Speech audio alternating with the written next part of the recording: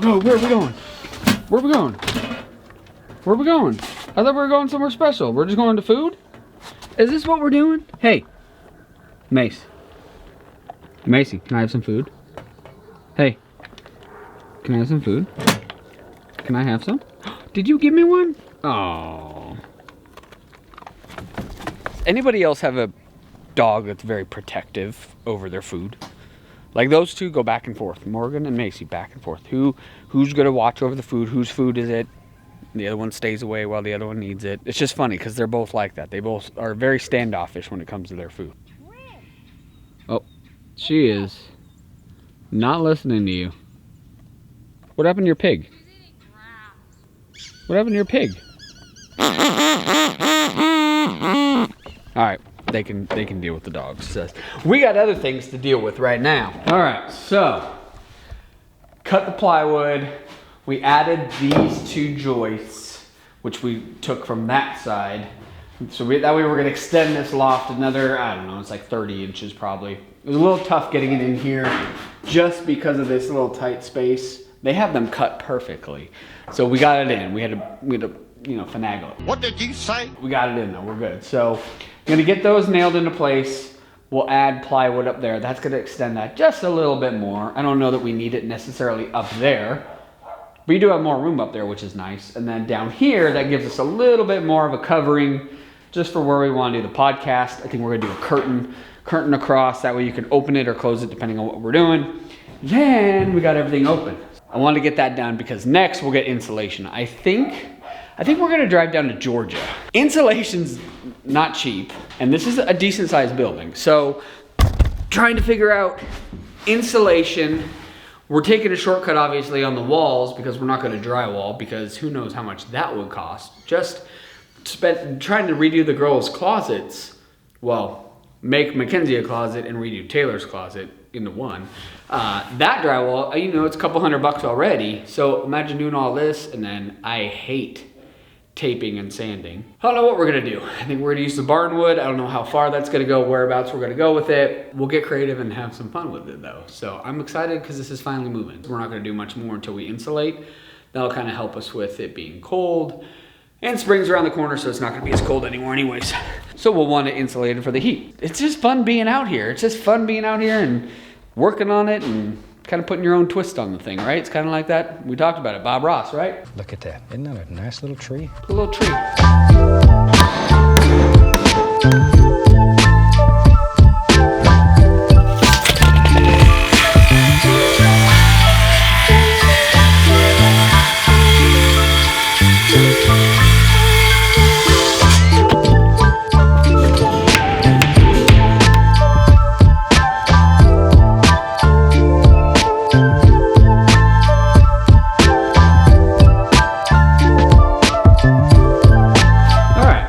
So we added on an extra 32 and a half inches.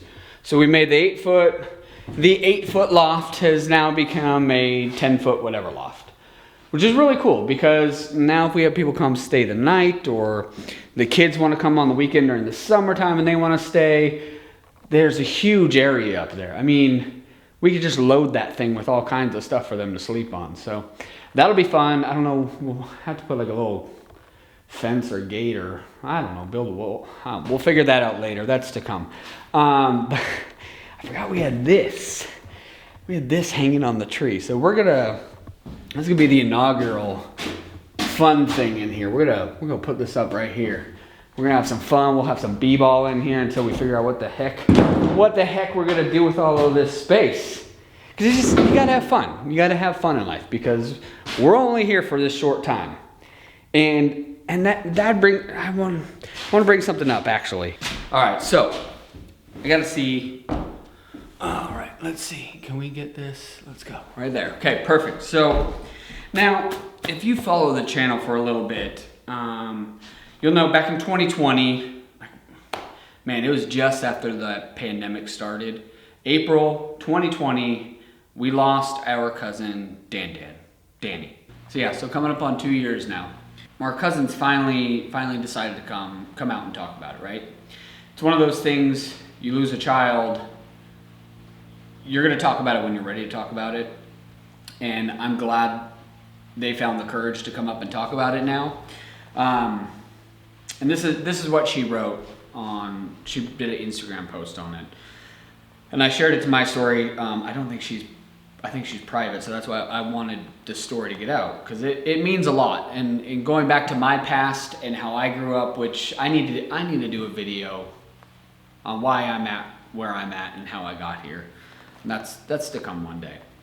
But she said one time is all it takes. One pill, one decision, and your life could be over. That's what happened to our son, Danny. April 12th, 2020, just 4 days before his 19th birthday, his life was tragically cut short from fentanyl poisoning. What he believed to be a Percocet was actually a counterfeit pill laced with deadly amounts of fentanyl. It has been extremely hard for our family to talk about the worst day of our lives, but together we have made the decision to stand up and speak out against this deadly epidemic.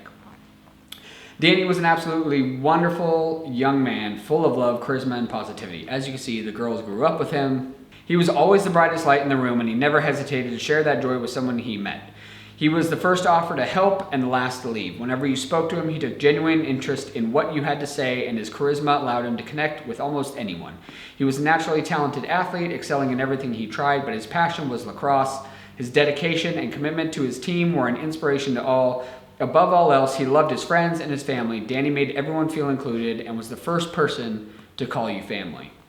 Danny placed a great deal of importance upon respect, both given and received, and if he didn't feel respected, he didn't hesitate to push back, regardless of the turmoil or stress it created. Stresses that not always young people aren't equipped to handle. He was simply looking for a way to alleviate that pressure. I replayed that night. Our daughter, Katie, received the most heartbreaking phone call constantly in my head. It's the call no parent ever wants to receive. The next morning is when we found out Danny had taken a Percocet, and I recall thinking there's no way one Percocet was enough to take our son. A friend later asked if it was due to a fentanyl overdose, which I had never heard of. Not that I know of. He only took one Percocet, I said. Once we received the autopsy report, it was confirmed a lethal dose of fentanyl is what killed Danny. Our family feels no shame or embarrassment over the cause of Danny's death. He was just a kid, a teenager experimenting. He had so many ambitions and dreams that he will never get the chance to pursue because of one fentanyl. Everyone, especially the kids, deserve to learn from their mistakes, not die from them. Danny was an incredible son, brother, uncle, grandson, nephew, cousin, and friend. He was not a drug addict, as many of these kids are made out to be. This drug does not discriminate. It could just as easily happen to your friends or family. It is important to share our truths in hopes that these lessons prevent other families from experiencing our pain. More and more parents are burying their children because the fentanyl doesn't give them second chances.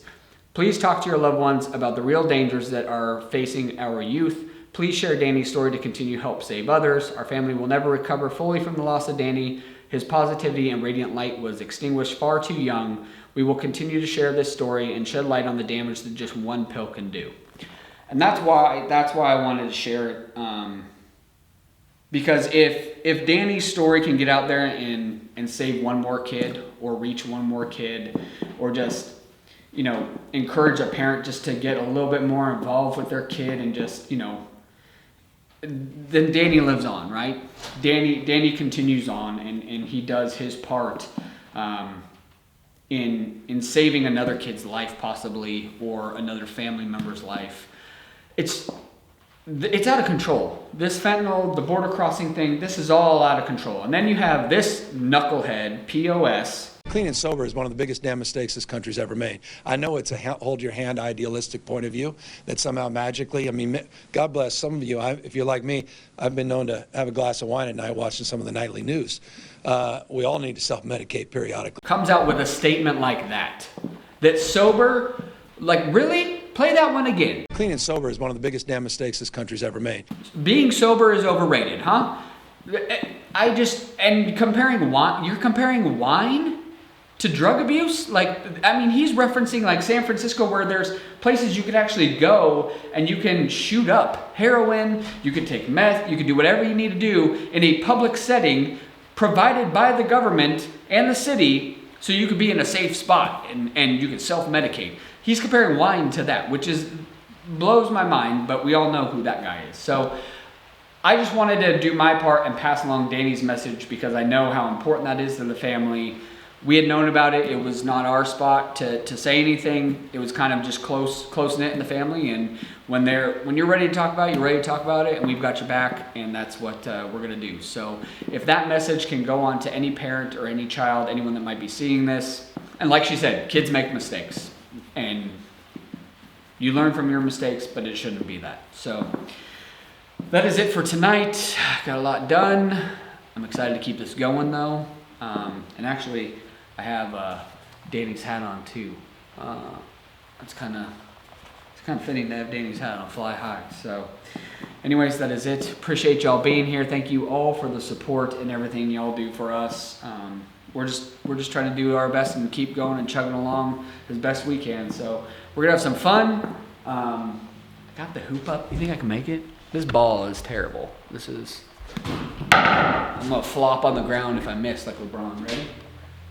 He's on fire! Oh, you saw that. That was first try. We're gonna end it right there. LeBron James so upset. Don't be such a baby!